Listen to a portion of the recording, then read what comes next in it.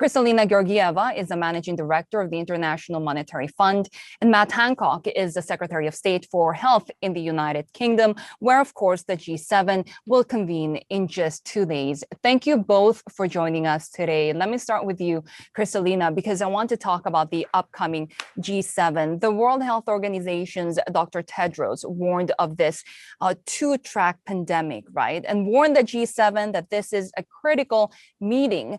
What do you hope to see this weekend? Great to be with you. I expect this to be a consequential summit in the fight against the pandemic. The ministers of finance of the G7 that met last weekend put a marker on international taxation, on fighting the climate crisis. They also had an in-depth discussion on the way we can bring the pandemic to an end everywhere. We presented a plan that the IMF has developed, endorsed by WHO, by the World Trade Organization, by the World Bank, and many others. I want to share the parameters of this plan, but then tell you what I expect the summit to be. The parameters of our plan start from the premises that a two-track pandemic means a two-track recovery, and that would hold the world economy back. If we want to see progress on the economic front, it has to be on the back of vaccinations. Vaccine policy is the most important economic policy. We believe strongly, and we presented the evidence, that it is achievable to vaccinate the world to 40% by the end of this year, 60% by mid next year. If there is strong coordination, we lift up financing. We have a $50 billion price tag of this plan. And we also accelerate production, secure more than is necessary so we can actually deal with downside risks. And we help the developing world to get to a point of vaccinations. This has taken quite a lot of traction. So what do I see? I see the G7 coming up with upfront commitments in terms of financing, as well as early reallocation of vaccines they booked, but they don't need. That can lead to about 1 billion doses this year redirected from advanced economies to the developing world. I also expect there would be strong commitment to that very simple message: vaccinate the world, not in 23, not in 24, but in 22, so we can bring the pandemic to an end and the recovery to be on a sound footing. Right. Simply put, I want a summit that is the fair shot summit. Fair shot in the arm, fair shot at the future. Yeah, that two-track recovery has been a key issue and something that really policymakers have been concerned about, right? What is the danger of that? Because I remember in your spring speech, you talked about Tolstoy and all the variety of life being made up of light and shadow. That divergence in the recoveries, what's the threat there for advanced economies, especially when it comes to spillover?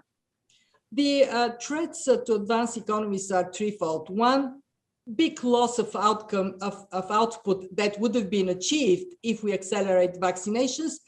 We judge it to be $9 trillion between now and 2025. 40% of this would occur in advanced economies. They would lose $1 trillion of tax revenues because the rest of the world is being dragged in the pandemic. Secondly, we know that mutations are now on a very fertile ground, and mutations can push again to stop and go type of economic performance in advanced economies. And three, when we have the advanced world moving fast with growth jumping up, then we would see, of course, withdrawal of accommodative policies faster.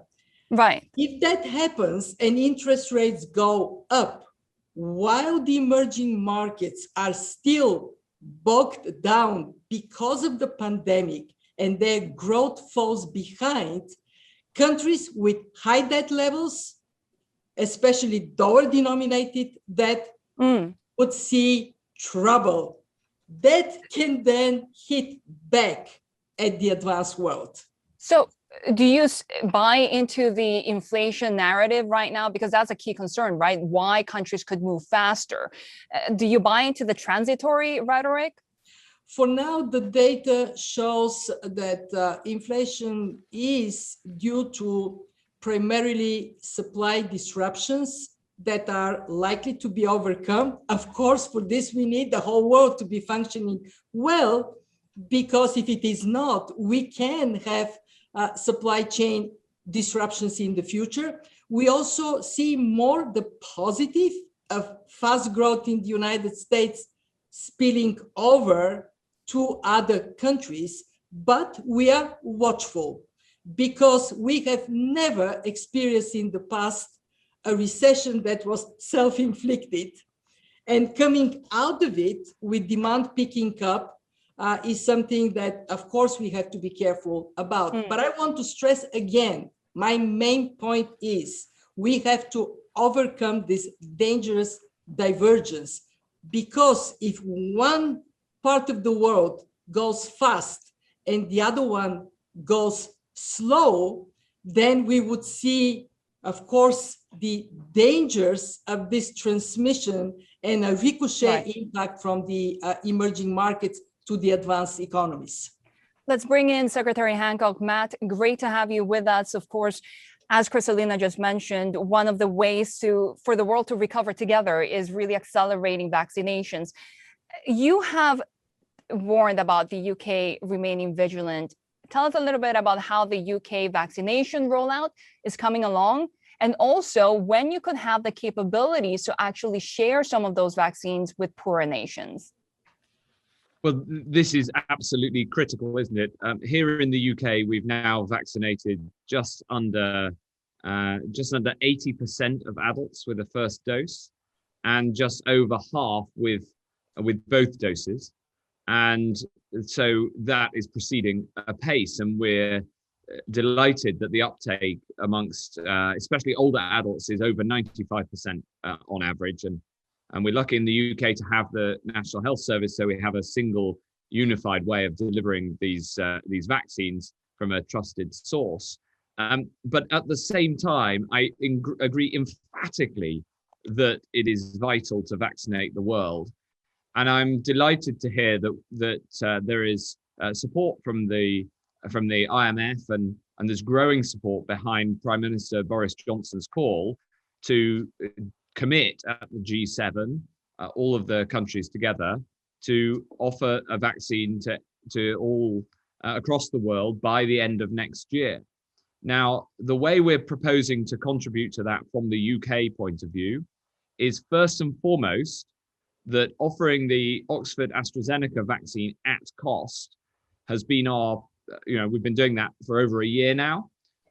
It's being manufactured in 20 different sites in just under 20 different countries. And this vaccination through local production with a waiver on the IP charge, which has become of late a subject of some discussion. And I'm delighted Pfizer are now talking about doing that too in low and lower middle income countries. That is an incredibly important contribution. So too, of course, will be the direct provision of doses as and when we have excess doses. But you'll appreciate that as a health secretary, my first duty is to protect the citizens who I serve. But our goal has been to do that alongside making sure that vaccines are available at cost globally. Matt, the theme of today's discussion is global cooperation, but we have seen the pandemic really separate nations and divide nations even more. Vaccine nationalism actually has been a headline in the past year. And we have seen now Bloomberg learning that the European Union and the US will be pushing for investigations into the origins of COVID-19. Will this just make things worse in the geopolitical scene? Well, we are seeing now, thankfully, a coming together of like-minded nations.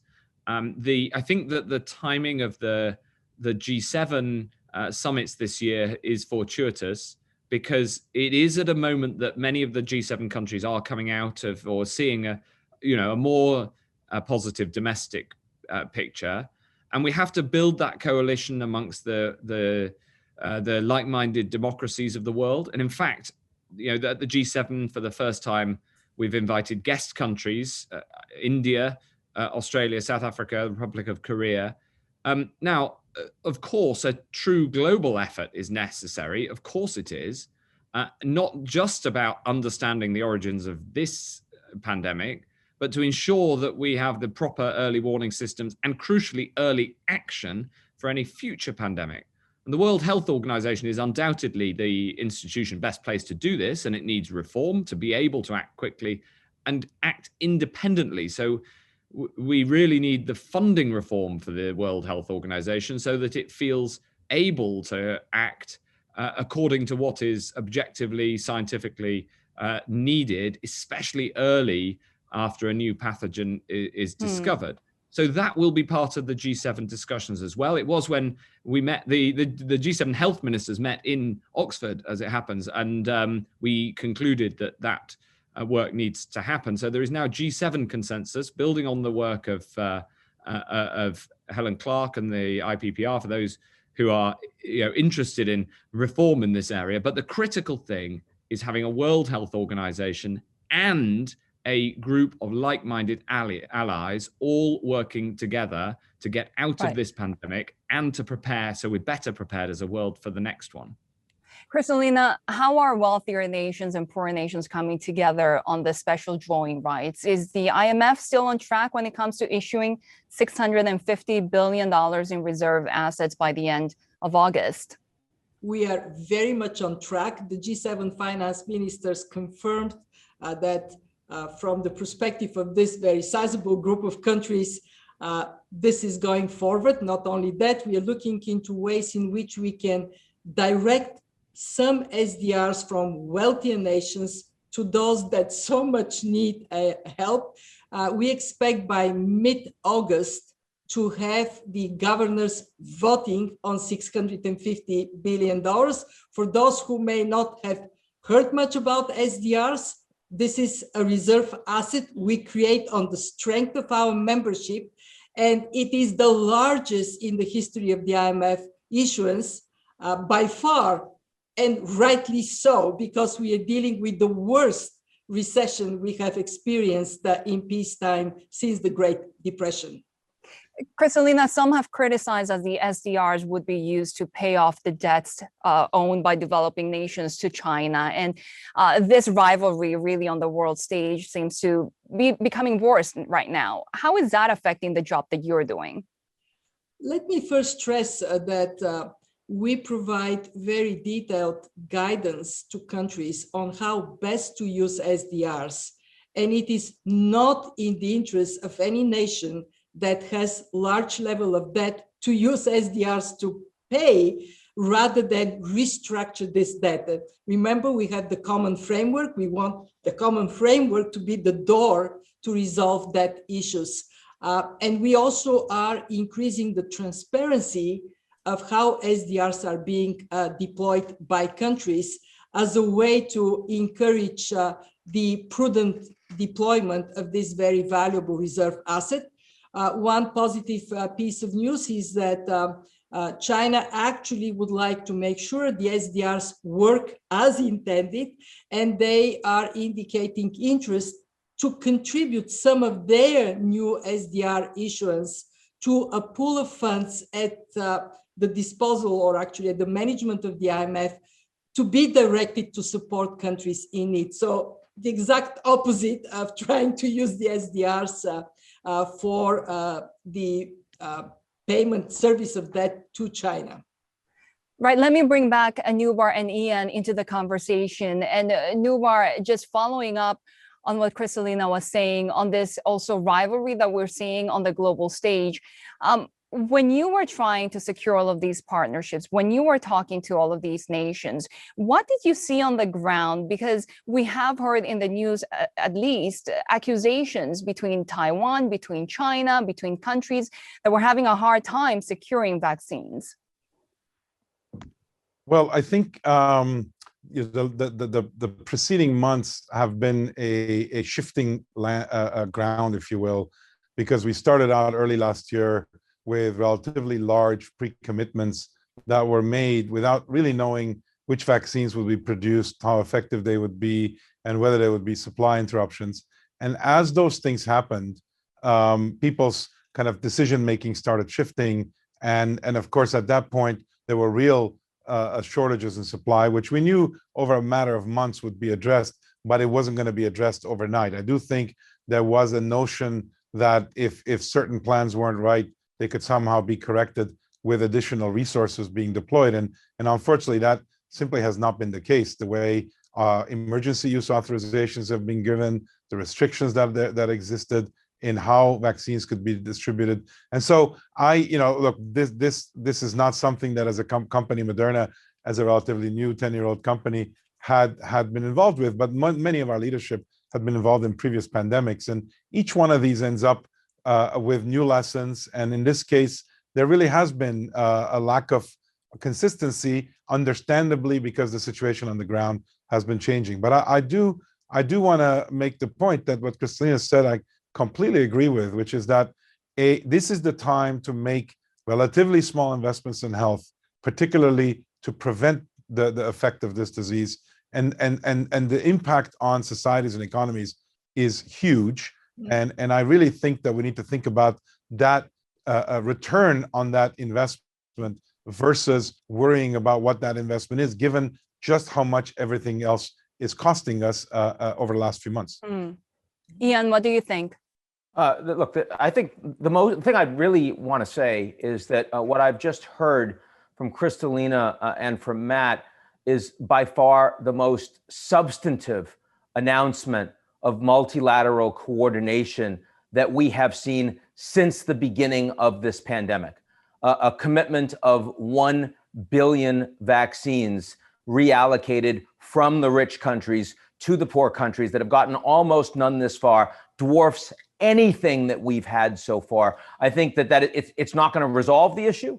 It's not going to bring us to what Boris Johnson has suggested, where we want to be by the end of 2022, where the entire world is vaccinated. That's a pretty large lift. It has the Chinese not involved at all. That relationship is getting worse. But let's not neglect that this is meaningful, that this is a game changer. And one thing I wanted to ask to Kristalina, if you don't mind, is in the context of that, and congratulations to both of you for getting this done, truly. But I am wondering, there's been a big political football in the United States about to what extent these vaccines should be delivered through COVAX, multilateral, global facility, going to where the need is greatest, or whether it should be done bilaterally by the United States. And then, of course, political and economic and other transactional benefits can accrue. Does the IMF have a view as to whether or not it really matters where the U.S. comes out on that political issue? We are very keen to see upfront commitment to reallocate vaccine doses and upfront financing, the best public use of money in history, very likely. Just imagine 50 billion versus 9 trillion. We want to see these upfront commitments done. We hope the G7 would step forward. We hope the G20 will follow in the same spirit. We would like to see as much coordination on the allocation of vaccines as possible. we are putting together a task force between the World Bank, the World Health Organization, the World Trade Organization, and IMF, with the objective to closely monitor how production translates into contracts, how contracts translate into delivery, and to what extent we are matching the needs and the distribution. Let's remember that we had in COVAX initially the noble intention delivered to everybody 20%, but not all countries are suffering the same way from the pandemic at any one time. COVAX does have an exception of this rule. So to answer your question concretely, COVAX is there, it is functional, it can play a big role, but we should not underestimate the logistical pressure on COVAX. So all hands on deck. As long as there is transparency on production, contracts, distribution, and we can see that we are in the speediest possible way vaccinating the world, I think we would be in a very good place. And I can tell you that I'm very encouraged that more and more countries are saying, look, we want most of what we do, we want to do it multilaterally, not bilaterally. And to the extent that we have high trust in some bilateral deliveries that can be expedited for highly vulnerable countries, we should not say, oh, no, please don't do that. Don't save these lives. Shery, can I tiny follow up for me? I just wanted to ask as well. I mean, you're so right. $50 billion in the context of what that will unlock for the rest of the world is absolutely nothing. We're talking about $3 trillion or more for U.S. infrastructure. I mean, Jesus, this is not a big ask from the G7. You told us about 1 billion vaccines being reallocated by the end of the year from the G7. Do you have any orientation you can give us in terms of the numbers we're talking about for financing commitments at this point? Is it in the 2 trillion? Is it the 2 billion, 20 billion? If you're asking for 50, can you give us any color there? My expectation is that we would see in the tens of billions, not in the couple of billions. Already there is a very constructive discussion that took place at the G7 finance ministers as to how, for example, the replenishment of IDA, this is the concessional grant lending arm of the World Bank, how that can step up very significantly in the next months as discussions around IDA replenishment are ongoing. And let me clarify, our analysis shows that there is 1 billion doses that are booked in access to what is necessary in advanced economies, all advanced economies, not just G7. Right. And the G7 has to decide what they do, but very clearly by the end of this year, there can be 1 billion doses redirected from where they are more than necessary to where the needs are just terrific, terrible.